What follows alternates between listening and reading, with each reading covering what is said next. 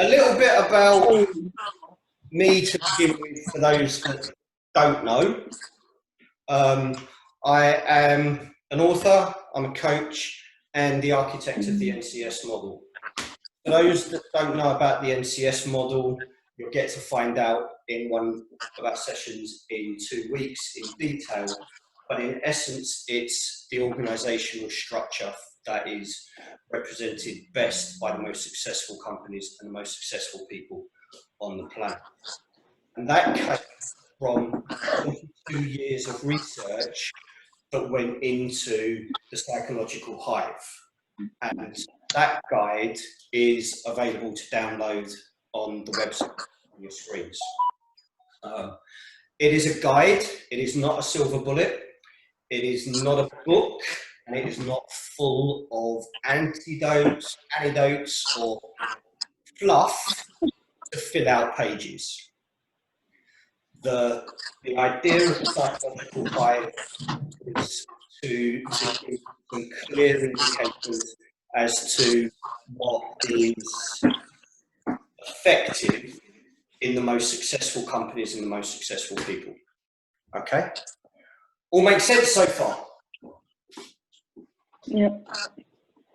Fab. Okay. So, when you guys think about companies and people that are successful, what comes to mind? Jump in. So what was your plan of action on getting there? Okay. And who helped them to achieve it? Okay, so which companies, which people would stand out to you as being those examples of success? Well, what comes to mind is Richard Branson. Okay. RB, Fab, anybody else? Bill Gates. Bill Gates. Alan Sugar, or Lord Sugar, he's now called. Mm-hmm. Yeah. Lord Sugar. Tottenham's granny basher. as he was, bless him. Well, anything else? What about companies? Who stands out as successful companies? Marks and Spencer's. Are you having a good laugh? Really not now. In its day, it was. In its day, In yeah. its day, for sure. Everything has Not its now. day. Not now, but it was. It was a very successful company. And what I'd like to do actually at some point during this is come back to where things changed. Because Amazon is a successful company. Sorry? Amazon is a successful company. Yeah, Amazon, Google, all Alphabet. Yeah. Yeah, all the IBM, Silicon Valleys, yeah. Microsoft, Intel. All the techs. Yeah, all the Samsungs of the world. The Kardashians. Away, if I didn't mention them. Give people a microphone and they all got an answer. Okay. So, when we looked at have we got this moving? It's not going to move. Right, hold on. So Come on. It's not doing it. Let's try again. Let's get another screen.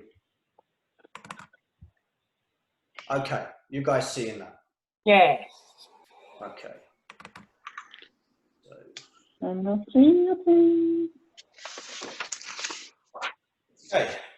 Whatever companies you guys and whatever individuals you guys were picking out, the one thing that is true is that they all, their day, going back to Sue's point about Marks and Spencer, was they had the right mindset for that time. Yeah? Yeah. And when we look at some of those companies that you picked out and a couple more, these are the companies and the people that were included in that 22 years of research. Right? Mm-hmm. So Google, Apple, Lego, Nike, Virgin, Coke, Disney, all have really high elements in play right across their companies. And it's one of the reasons why those companies are consistently #1 in their field. Now, I'm not saying that what they do is necessarily good, moral, etc. What I am saying is their mindset of how they work is very different to the way the majority of companies on the planet work. And that's the key factor.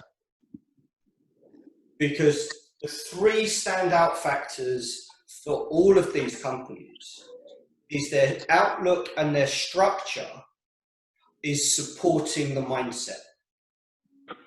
It's not the other way round.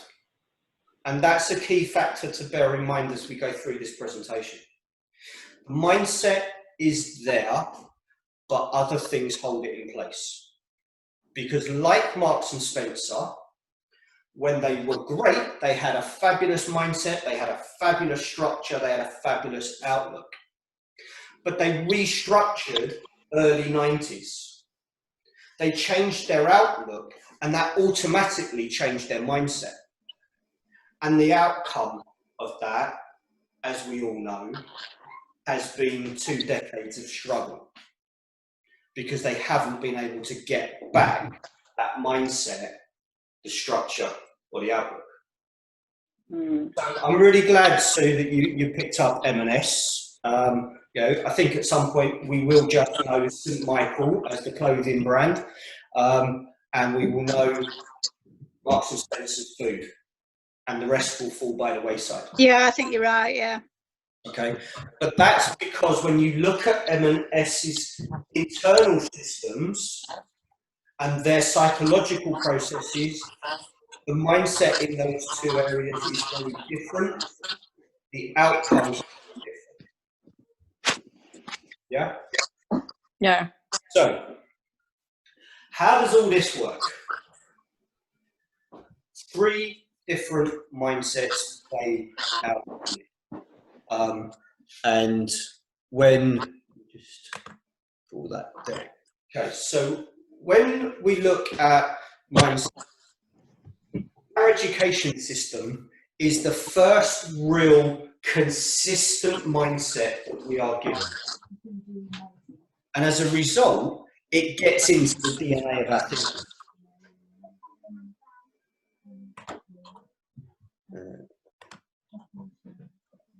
I'm just going to kind of pull through and mute some. If anybody wants to say anything, by all means, unmute and jump in.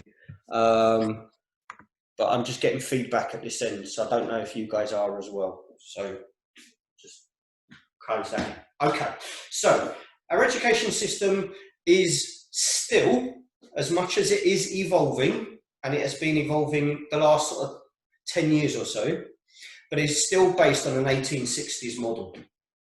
And the 1860s model was very much tick box, get the job done, sausage machine. You arrive at point A, you go through, you come out at point B, and it's irrelevant what you learn between those 2 points, as long as you can get the job done, whatever that might be. What we're starting to realise is the psychological impact of that system is best explained by the Luddite Revolution that ended the Industrial Revolution. Our school system and get the job done gave us checklists. And it gave us this idea that you come through, so somebody else tells you what you need to do and you go do it, you'll achieve the goal.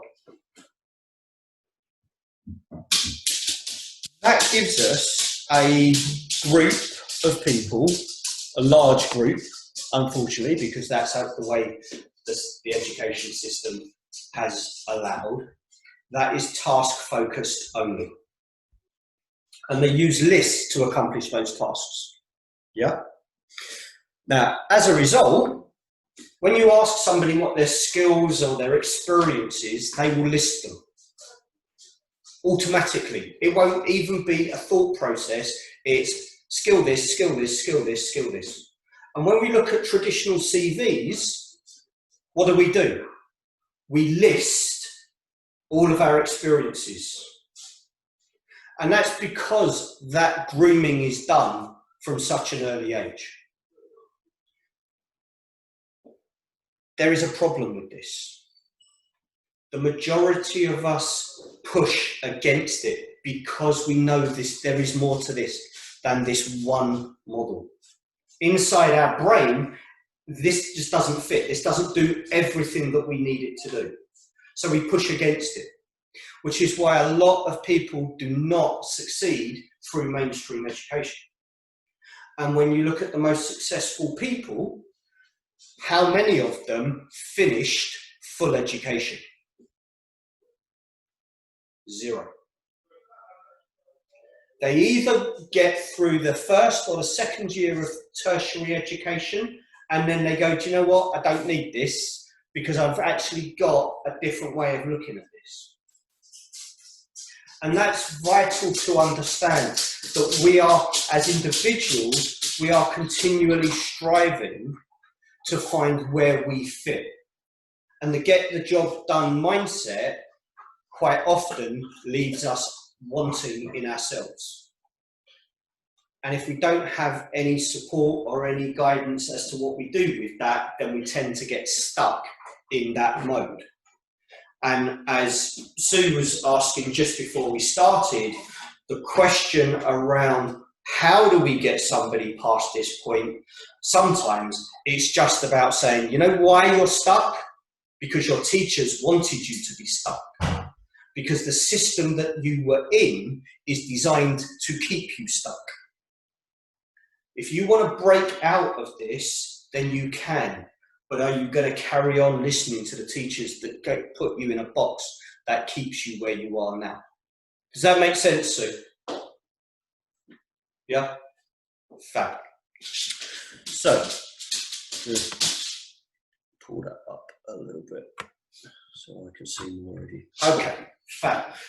This split screen stuff's brilliant. It's great. I can actually see all of you and the presentation all at the same time. Fabulous. So, forward motion thinkers. When somebody has gone through that get the job done mindset and goes, no, this isn't me. I'm not doing this. There's something else. This is where the majority of coaches will hunt. They want people that are saying, I need extra, because that's where they can go, hey, I can help you out. I can show you a different way. Okay? Forward motion thinking groups are guaranteed going to show their skill set in a very different way to those that have got a get the job done mindset. I'm going to ask each of you just for a second to think how you would represent your skill sets, your experience. Just by a show of hands, how many of you would create a list and only think about creating a list? Okay. How many of you would do something like that?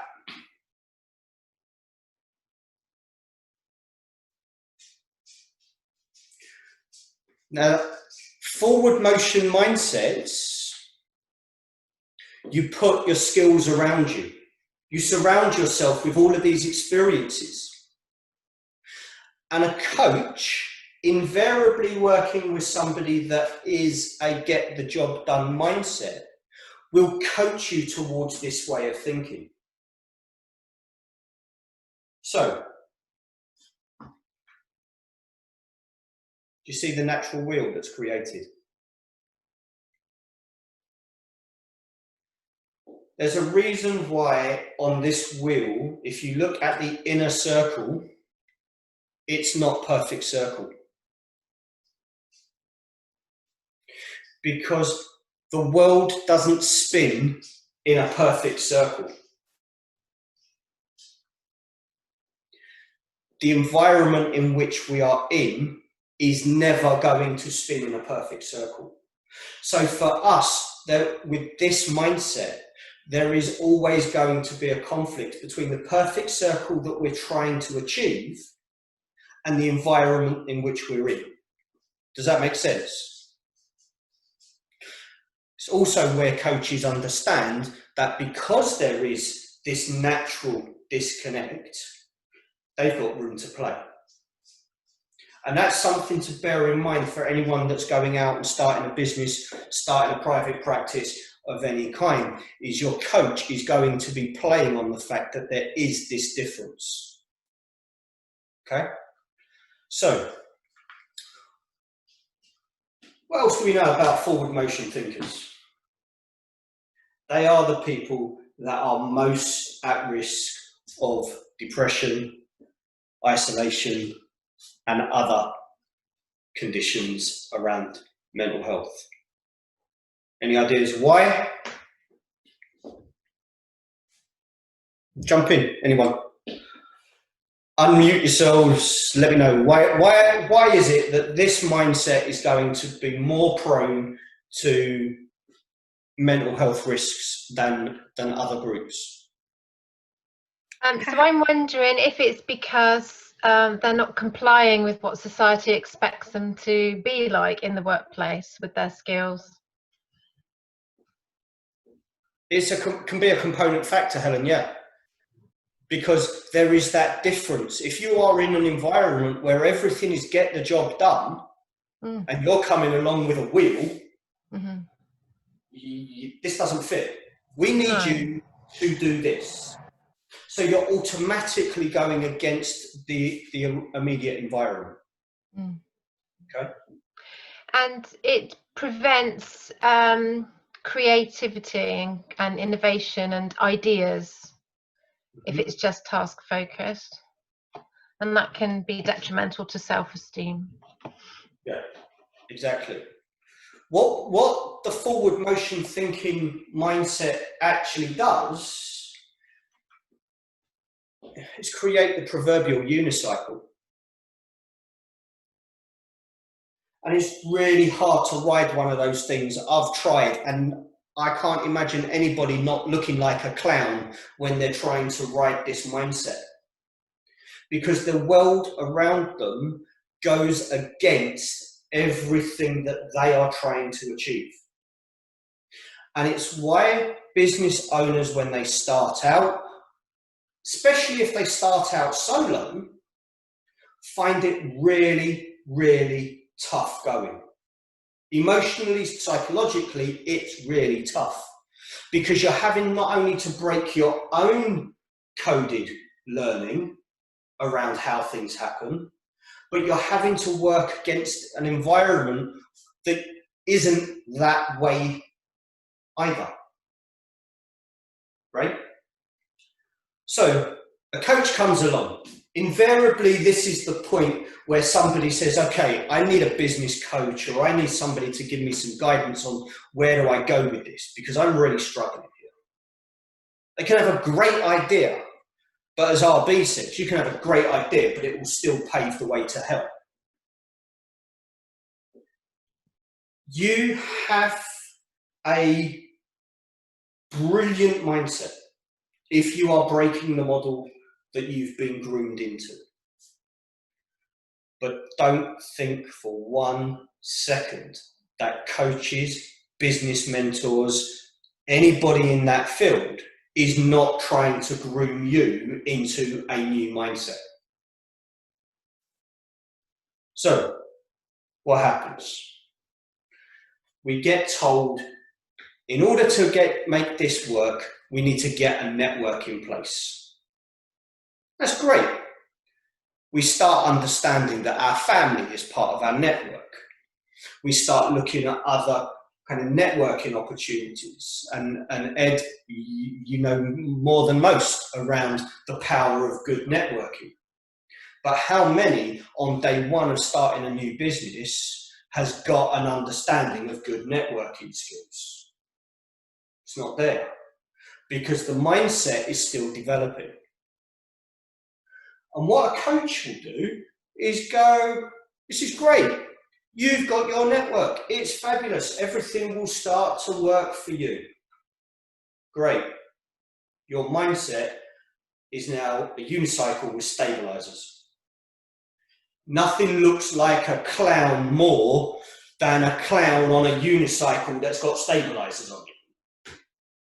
And everyone that is experienced in the networking field, when you go into those open networking sessions, they can spot somebody that is still using the network to stabilize themselves and their business. And that does not help your business. It does not help your venture. If you are a therapeutic practitioner, as some of you are, you go into a networking arena where you're looking to get into the corporate support system. But if you're going in and the read of the room is you are still using the network to stabilize yourself and your business, how much business are you going to get from that room? Not going to happen. And you come away from that going, well, this doesn't work. That was just a bad network, whatever. It's not the network. And a coach then says, well, actually, do you know what? You've got all of the right components. We need to get you a mentor, someone that actually knows your business, what you're trying to achieve, maybe a little bit further on down the road than you are. Great. Now we've got 2 unicycles and one's got stabilizers. Does that make sense? We're driving ourselves on this treadmill of trying to keep going, and a coach or a business consultant or a business management team are guiding you to utilize this approach. And I've seen it over the last decade, every single time where a coach is also trapped in forward motion thinking. And that's the key to understanding that what you are being groomed with this is also based on the person that is grooming you, giving you this advice. They're in this mindset. It's a bit like someone who has done mine laying for the military, walking back through the mines that they've laid and then teaching you how to walk through the minefield. Only thing is, the mines have all shifted and they don't know that. We have to be careful about this moment in the process of developing our business. Because invariably what a coach will do is say, we need to organize the network. We need to manage how all of this plays out. Have we got the right network in the right place? Have we got the right components? Have we got the right person driving this forward and supporting you? And what happens is we start moving these positions around. We put the family in the right place and in the right relationship to the business and ourselves. We put the part of our network that gives us comfort and support in the right place. We put the right connectors that drive the business forward into the right place. Now, can anyone spot what is happening here?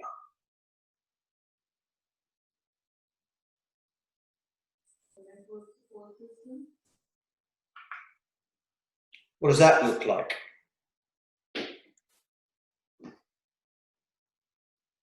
Got yourself a bike. You've gone from 2 unicycles to 2 wheels, a network of connections. You've got yourself a bicycle. Yeah, but it can also push you back to the rigid, I've got to do it by task. Right. And this is something where you are dependent on everyone else in your network being consistent and being active and being proactive in supporting your business yourself, right? Bearing in mind, every single one of those connection points is exactly the same place or the same mindset that you are. So where you have a connection point, that's just another bicycle. That's just another bicycle. And the thing with bicycles are great when the road is smooth and invariably going downhill.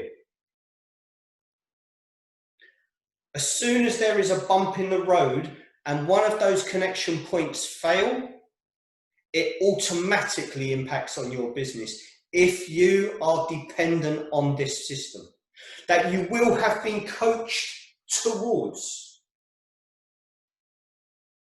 And it will take time for you to adjust your business model, your business processes in order to cope with the fact that your network has now impacted on your business.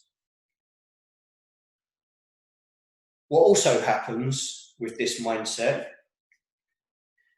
is your excuses for failure are now in place. Because if your business is impacted, it's not your fault.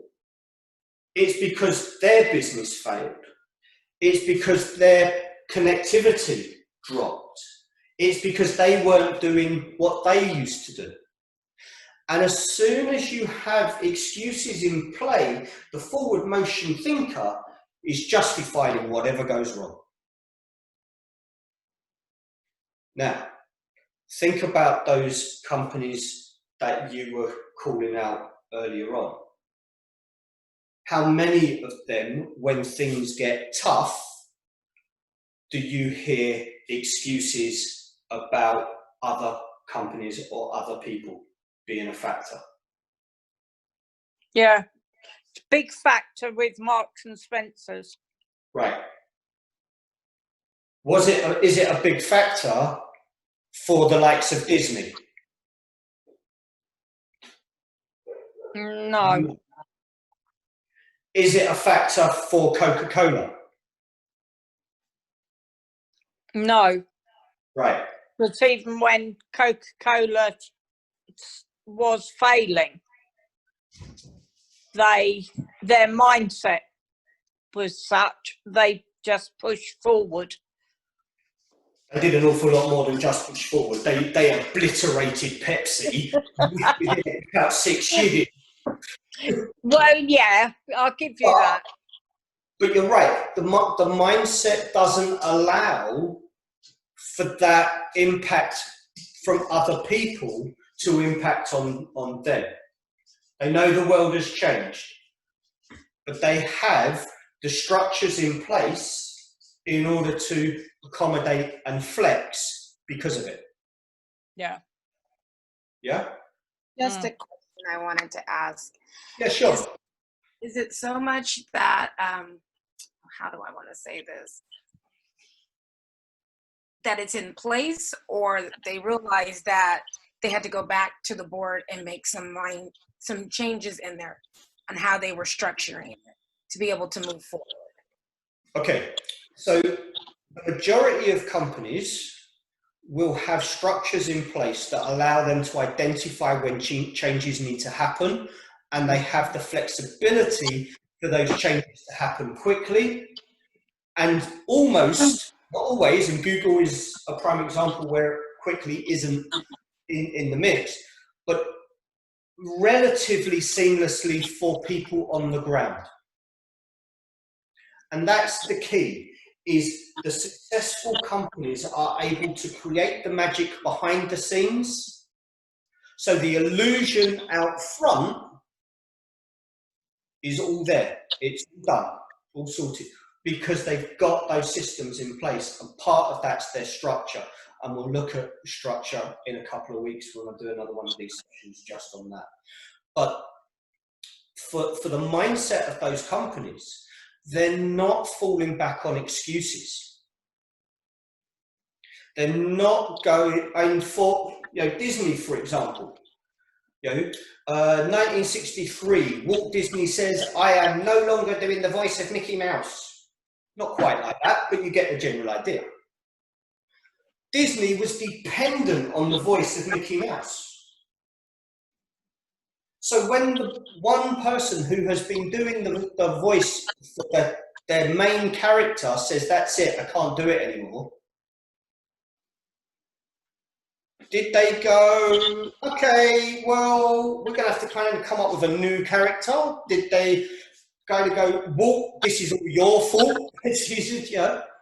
They had systems in place that meant actually Jim McDonald could take over as the voice. And nobody knew that Walt had stopped doing it. And that was because they built the systems in.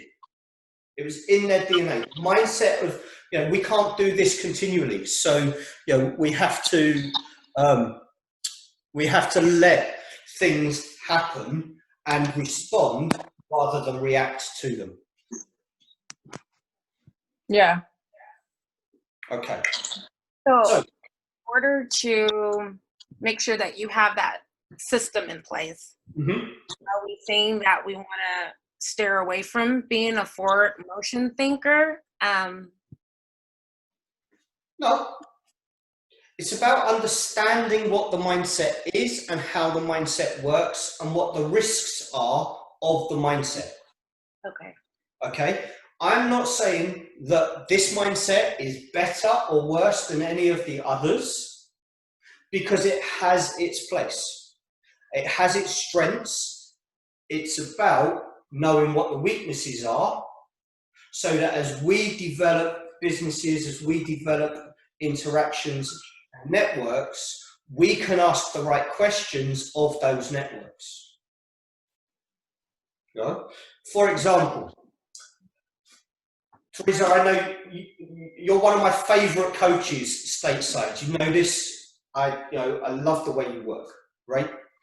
But you know as well as I do that when you go to a company, if you don't have the right questions in order to form the package that you're going to be able to support them with, you're never going to be able to do that support. Okay? In order to understand what questions to ask, you need to know what their network is, because then you can see where the risks are. Now, we do that, you and I, almost organically now, but somebody that's starting out in a business and looking at the network, do they know who is in the network of the people that they're networking with? Invariably. Right. Okay? So how can we best show how this mindset plays out? I looked at this for probably about 3 or 4 months. And the best way I can demonstrate it is to show how planning for long-term success is done. So most people do for their long-term planning is ineffective. How many businesses set a long-term point of success and achieve it?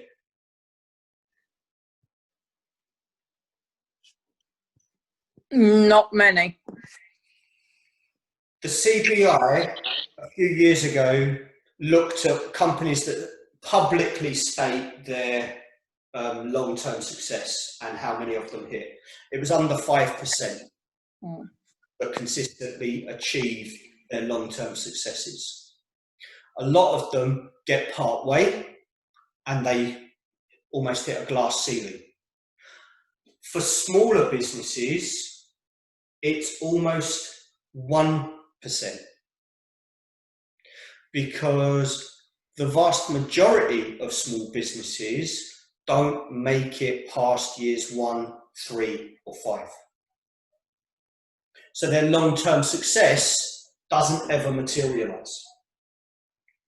And part of that is because they do this. Here I am, down at the bottom of the screen. This is here, this is today, and my long-term success is way up there in the future.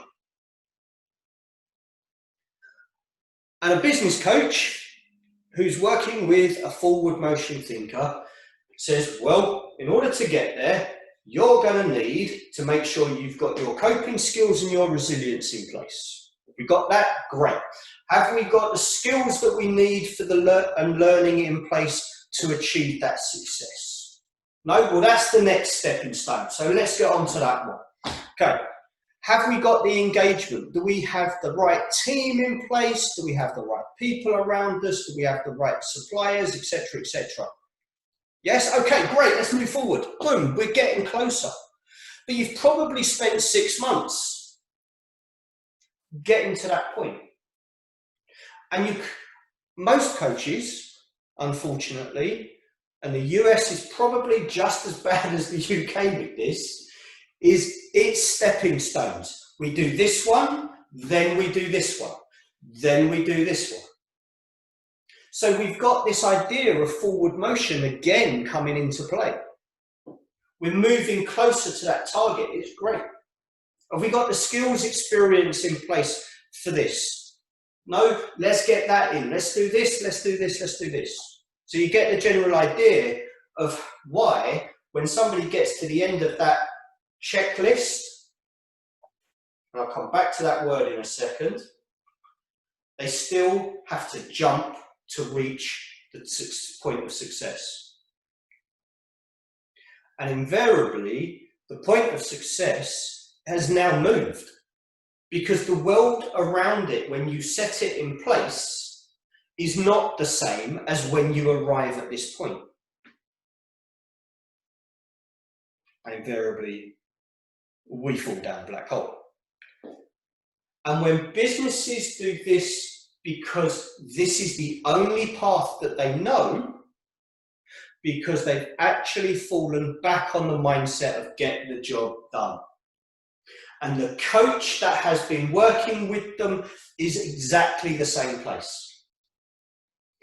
Ultimately, we've gone, I've got this, we're moving forward. Here is a list of things that we need to do. And ultimately, we don't reach the target. How many of you have experienced this kind of process in planning? Yeah, loads of times within social care. I mean, Nino, you've done umpteen kind of work environments, and you've seen planning being done well, and you've seen it done badly. My main experience is in running software projects, IT projects, and there are, particularly, talking to quite a high level. You do have, what's got to be produced, and some agreement with the client on that. But then you've got deliverables all the way along the line. So one, we can check our progress. Two, they can check our progress and how we're going. And three, we might be able to charge them in stages rather than doing a shed load of work and then charging at the end. But typically it is, you can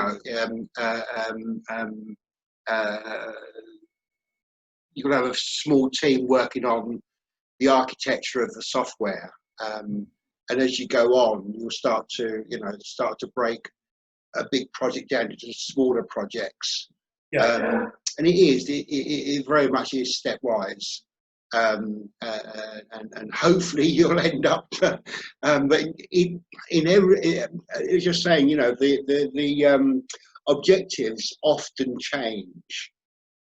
And as things go through, you'll start to look at the next step and the step after, and even at the final destination, and think, well, actually, we're not going to get there.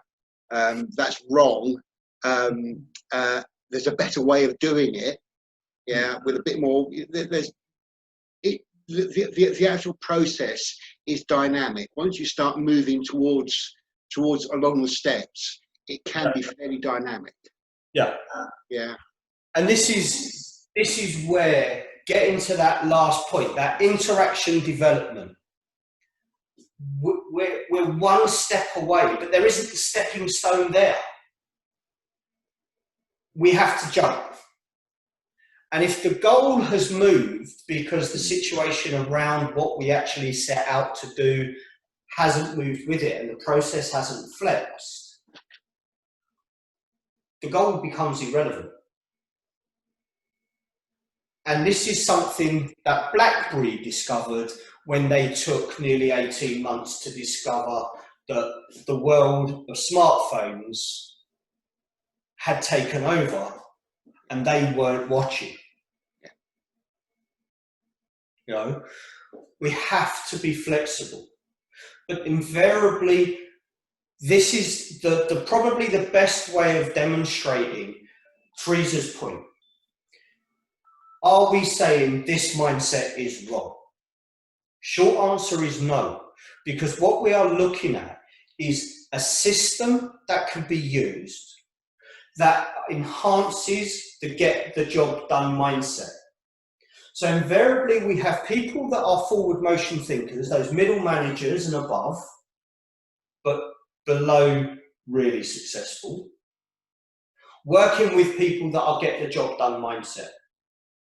And this is where the crossover happens. And this is why invariably this process has its weakness. Because we've set up excuses after excuses of why that jump doesn't reach the target. Does that give you a kind of understanding of why you have get the job done at one level, forward motion thinking at another level, and then the most successful do something very, very different?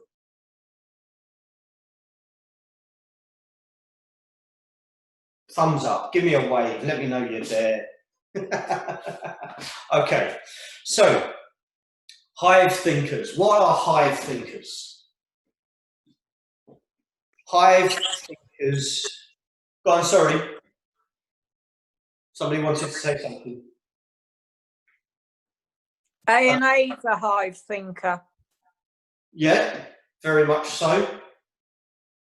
When you look at the most successful organisations, there is a level of self-awareness within them that is very, very different to the rest of the companies around. So, how does that play out? If forward motion thinkers create themselves into a little wheel and their skill sets, Hive thinkers include everything inside them rather than external to them. They understand that what their experience was and has been makes up who they are. It was part of their skill set. And Ed and I were just on a group call before we started the session that was very much talking and demonstrating how hardship and negative experience becomes that self-awareness that allows people to excel. Hive thinkers do not exclude anything outside of themselves. It's them. It's down to them to make the success. The people they connect with, it's their choice to make that connection. And therefore, if the connection fails or that part of their network has hardship, it doesn't impact on their business in the same way. And when you look at Amazon, who are, in essence, the largest distribution company on the planet, they still got that idea from somewhere else. And the company that was, in essence, the forerunner for Amazon was actually based in India, company called Go-Kart. And it was just a little delivery service. It was doing a little bit like what Edge used to do, and transporting things that was needed to go from point A to point B. That was it. Amazon industrialized it. That was the key. And then some more, and then some more. But Go-Kart did not take anything of the Amazon market or anything else, because it knew its place and it understood what it could do, and it wasn't impacted by Amazon. It did an awful lot of work, and there's a lot of kind of stories online around how they did that, but in essence, their self-awareness was they understood themselves, how their company worked, etc. But they also knew that the networks that they had to be other Hive thinkers. And when you look at the most successful companies, look at Disney as an example. When they partnered with Pixar, they were partnering with a company that had an almost identical mindset. No excuses, no dependency on anything else. It had to be in-house, it had to be ours, etc. So if Pixar, for want of a better example, decides, you know what, we're not working with Disney anymore, and they've done independent projects, is Disney adversely affected? If they were a forward motion thinking company, one, they wouldn't be in the place they're in the first place, but two, they would be directly impacted after Toy Story 2 if Pixar decided to go and do something solo.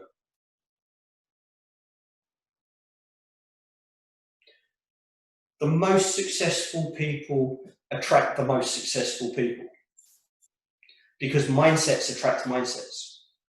So if we are able, as business owners, as interaction professionals, as therapeutic professionals, are able to guide and support the mindset of a hive where everything is ours, we own our experiences, we own our skills, it's internal, we are in a stronger place as an individual, we are also in a stronger place as a business.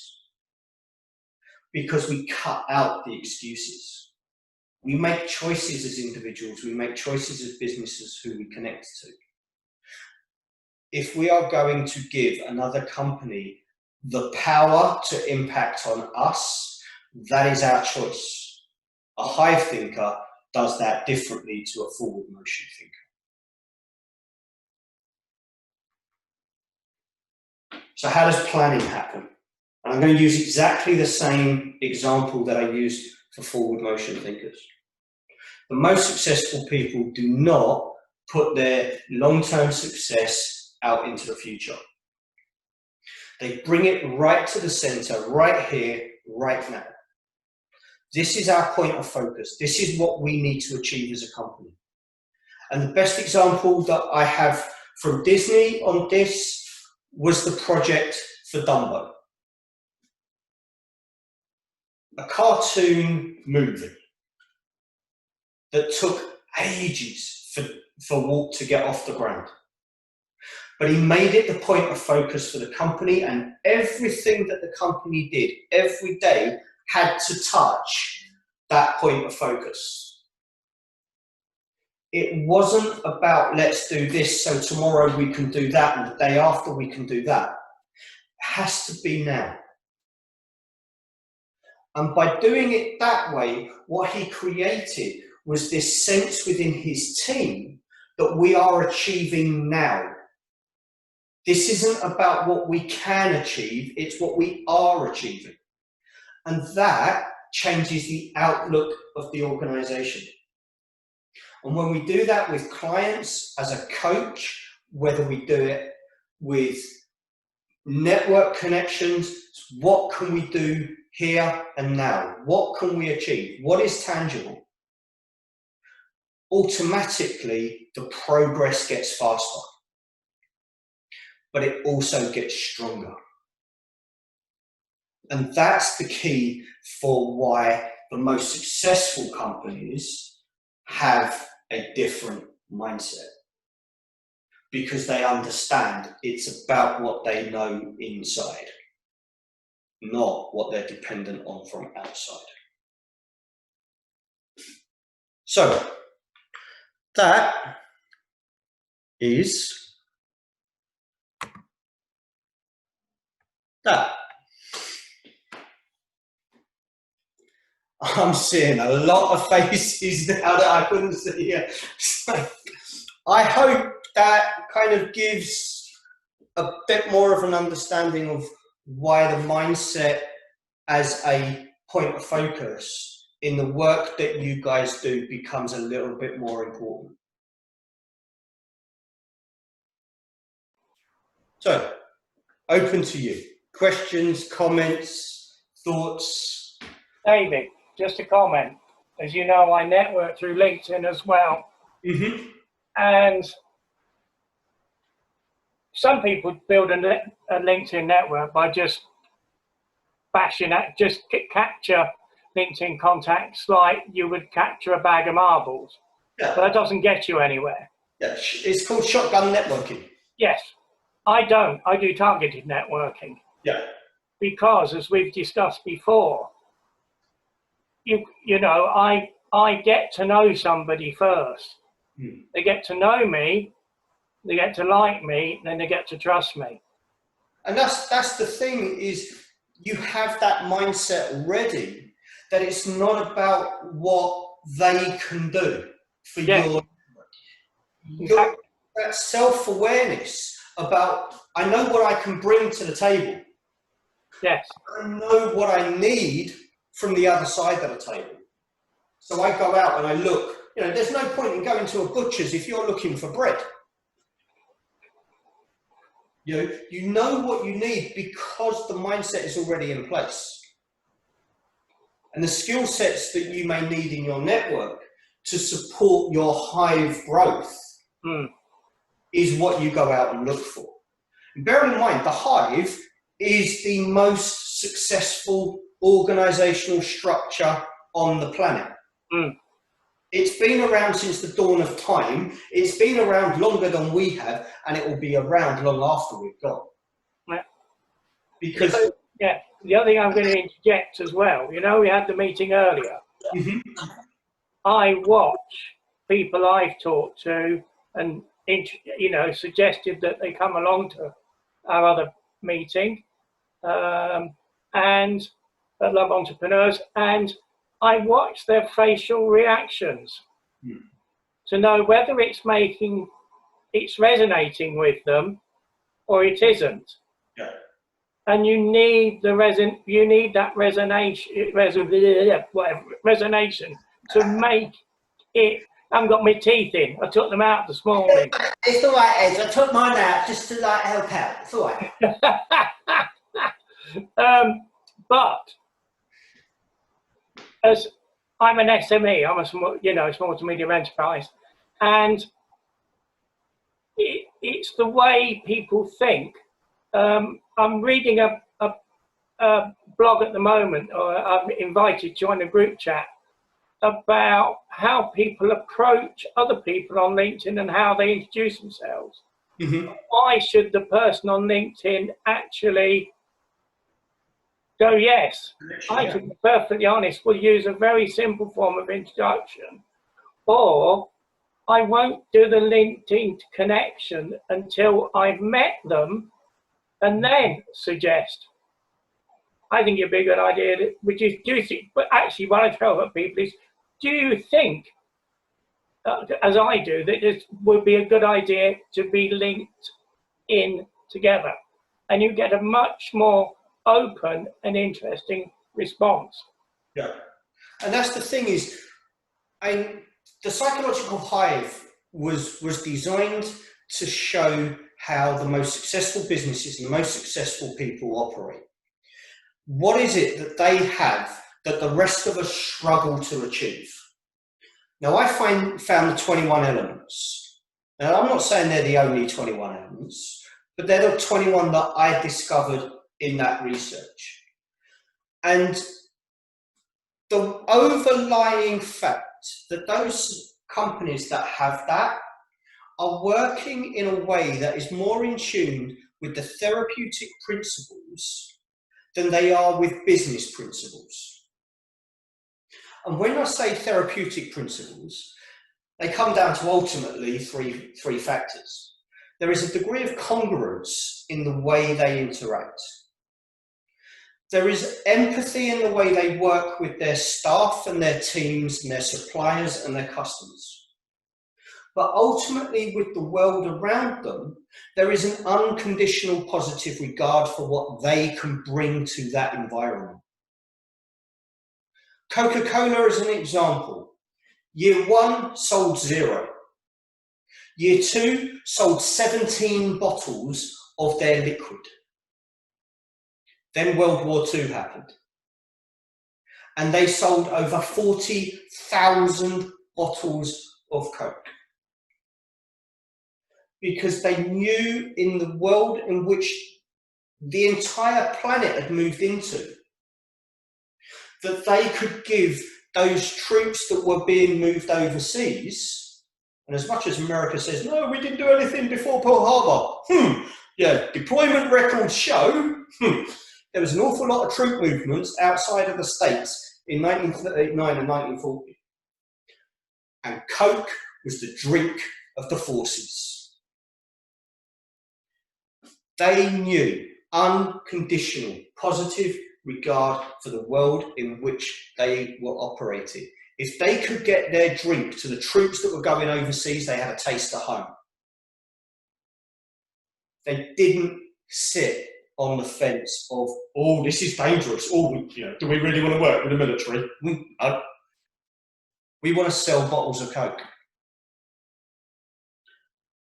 Whatever our thoughts are about the way Coca-Cola has developed and moved on, their mindset and their organizational approach was more in tune with the therapeutic approach to business than the business model is to business.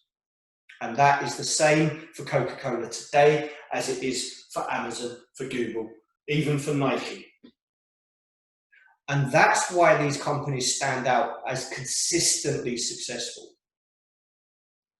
So when we look at their structures that keep that going, the mindset is supported by the structure. The structure keeps that mindset in place. And their outlook ultimately stays within those parameters. So those three factors that I pointed out right at the very beginning, mindset, outlook, and structure, become key in those most successful companies. But when you look at every other company that is leagues below, do you see the same focus on mindset, structure, and outlook? Or do you see a very reactive, codependent, almost parasitic at times relationship with the world around them? I'd suggest that the likes of Disney, Coke, even Virgin, who in the last 10 years have actually shut down more businesses within Virgin than they have opened, is in tune with mindset, outlook, and structure than any of those other companies. It's almost like it has the mindset of self-awareness within the business arena is like a switch. And if you can flip that switch, so you've got that mindset in place, the structure to hold it, and the outlook to interact with the world in a different way, you start automatically generating more success, whatever level that success is for you or your business. But without that self-awareness, all you get to hear is a lot of excuses as to why they haven't reached it.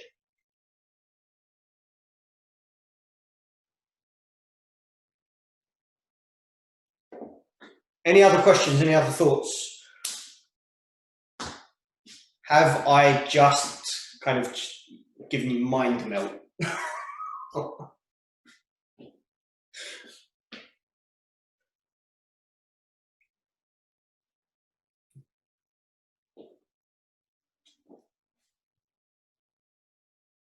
So hold on, Sue. Yeah, I just said it's interesting. Okay. Thank you. In all these big success stories, the entrepreneurs in question have always got a really good. Firstly, they've got a real awareness of what's needed. Yeah. You can, and then a way of what's needed and how their solution can fit into what's needed. You think, Google, and I've got to correct you.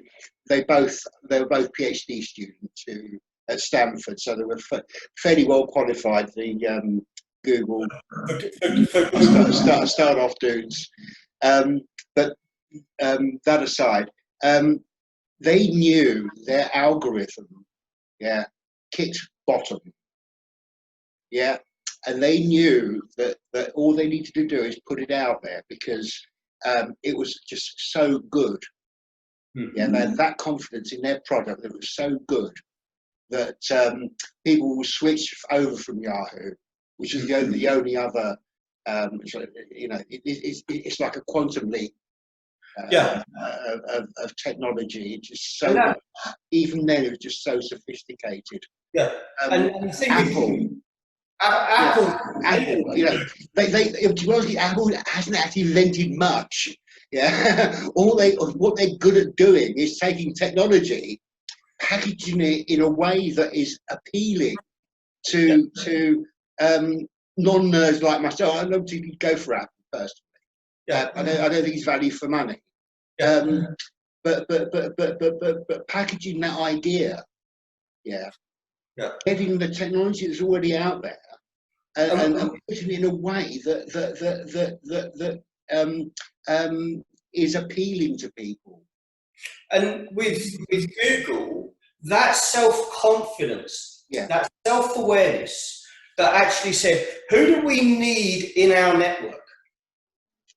Did they need Yahoo? No, because Yahoo was the equivalent of a forward motion thinking organization. They didn't need that. They didn't need to play off that because they were coming with something that actually we're going to make them look like they are complete and utter twits. And the world is just going to go, whoa. Okay. So thank you for showing me your Mini. I'm going to go look at Lamborghini. I just built a Lamborghini. You're trying to sell me this diesel-powered car, and I've got a hydrogen-powered car just developed. I'm not interested in your bicycle. Yesterday's technology.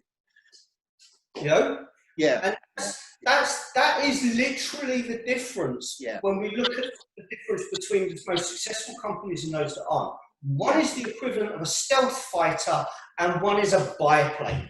Exactly, a tiger moth. With camels, up with camels. And this is what I really wanted to get across in the session today, is that we're not counting out the benefit of those forward motion thinkers because they have a huge amount of skill sets that play to the strength of the Hive thinker. Richard Branson has for decades been literally mining forward motion thinkers. He's got that way of translating it into what people want. Packaging it in such a way that is fulfilling those people's needs. And that's the whole philosophy behind the Virgin brand. It's for the people. Uncle Dickie. I'll declare an experience with Richard Branson and his team. 2016, I sent Richard Branson a 4-page concept idea that was part of something that I was doing as I was leaving school. And it was just, send this out to 50 companies and see what your response is from this concept idea. I sent those 4 pages to Richard Branson and a whole heap of other people. RB's office signed with a letter signed by RB was the only response I got back, number 1. Number 2, I got told, I want you to meet with my corporate development director of development. I was 16 years old. I went to Camden Hill. I swear, my shirt was too big, my tie was too tight. It's her fault. Hey, don't blame me. I was just in awe of being in the building, right? Now, Craig Dixon, who was corporate director for Virgin Group of Companies at the time, gave me the first piece of business advice that at the time I was given it, I thought he had lost his marbles. I thought this guy was totally bonkers. I walked into his office and my 4 pages of paper were laid out on his desk. Okay, so now I'm crapping myself because this is big time. This is wow, right? And he says to me, after all the small talk and hi and all of that stuff, he says, I'm not going to waste your time. Point number 1, don't waste people's time. Yeah. You can spend a lifetime getting the finance to make this idea happen. Or you can sell it to a potential competitor so it doesn't. Yeah. Now, that went against every piece of advice that I had been given about going into business. You don't sell something so it doesn't happen. You sell it so you can go, I did that. Yeah. Now, it wasn't until after the benefit of that meeting did I realise what the value of that meeting was. And that was lesson 3. Because now I understand the value of the interaction more than I ever appreciated the value of what the lesson was. And that is the key difference when you look at Hive thinkers and forward motion thinkers. Forward motion thinkers will be stuck with the, hold on, that doesn't work. No, I'm moving forward here. The other part of forward motion thinkers is you start to see these people that are constantly working. Literally 24/7.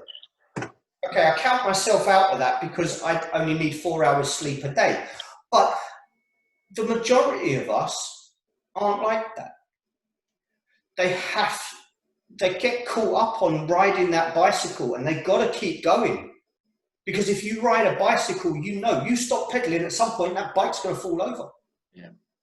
And that's another lesson to take away, is that when you are caught, when you are groomed into a forward motion thinking, you are ultimately going to be getting on that bike and keep pedaling. Yeah. Hive thinkers can go, do you know what? We can do this tomorrow. I have done what I need to do for today, for what needs to be achieved today. Everything else can wait. Nothing that we do, unless we are bioterrorists, nuclear terrorists, nothing that we do today is going to change the colour of the sky. Literally. And if we're not going to change the colour of the sky, the chances are it will still be there tomorrow. And for clients that are caught in that mindset of either get the job done or forward motion thinking, they can't see that. Yeah. Dave, Yeah, sorry, go on. the other thing that is different, I think, is when you look at someone like Disney, when they wanted to build the Orlando project, they knew they would have problems in buying up that much land. Yeah. So their stepping stones, if you like, were how do we get the land, because this is the project we're going to build. And they bought very small quantities of land under different names of people in the company, and then only after they've ripped out the fruit orchards and put in their planning permission did people know what was going on. But that took them 5 years. Yeah. But every day in those 5 years, something that was connecting to that. Yeah. And I don't think anybody would be able to do that in the States now. Teresa will probably correct me if I'm wrong, but the whole pegging process of buying property has now been pretty much run out of the system. There's laws over it. Yeah, because pegging was something that was born out of the claiming land for mining gold. Yeah. And it's something that Disney understood, that if Florida still had pegging laws, he could get away with an awful lot, and he did. Yeah. The environmental changes to the Orlando marshes has long been kind of a sticking point for Floridians. So, as I said right at the beginning, I'm not saying what all these companies do is a prime example of what is good practice or whatever. It's just about understanding the mindset. But it was, for me, it was the mindset of this is what we will achieve, but we can take our time. Yeah. There is no timeline, and this is, and it's probably a timely intervention, because the time to achieve something is when all of those contact points around the point of focus have been achieved. Yeah. Not a set point in the future. And that's the biggest difference in planning. It's also something to bear in mind when we're doing client work for those therapeutic professionals, those business coaches, etc., that are on the call, is if we are guiding our clients, our mentees, our supervisees towards a set point at some point in the future, we are, in essence, we are putting hurdles in their way. We have to be looking at the here, the now, for what they want to achieve. Because the here and now will change as the environment changes. That way we don't have to try reworking things. And for businesses, not reworking things is a damn sight cheaper than having to rework things. Okay, so in 2 weeks, I'm going to do another one of these on structure. And that's going to focus on the NCS model. I know some of you have already seen the NCS model, but what we're going to look at is how we can use it for business of any size, but also how we can use the same system for individuals. And that's going to help clients that are in the therapeutic arena, but also in the coaching arena as well. And that will go up on Eventbrite in the next 2 or 3 days. We're just working out some of the last demonstration slides for that. But for mindset, I hope you've all enjoyed. Very good. I hope it's been useful. Very good, that man. Thank you very much. And if anybody has any questions, anybody wants to touch base, then they can do that through the AMA website. Just go to the contact. And most of you, I think, have my direct contact details anyway. So by all means, give me a shout. I'm not going to do feedback forms or anything like that, because ultimately you guys don't have time for that rubbish. I just want to know that you guys have enjoyed the session, that it's been useful to you, and hopefully it makes a difference in the way that you guys will then interact with clients and so forth. So as long as that is the case, then I'm a happy bunny and can enjoy the rest of the day. And you. Thank you. Thank you. Cool. Thank you. Thank you, Dave. Thank you, Dave. Thank you guys. Thank Take care. Have fun. And hopefully I will see you in 2 weeks, if not. Yep. Yeah. All right. Okay. Thanks. Yeah. Bye. Bye. Bye. Bye for now. Bye.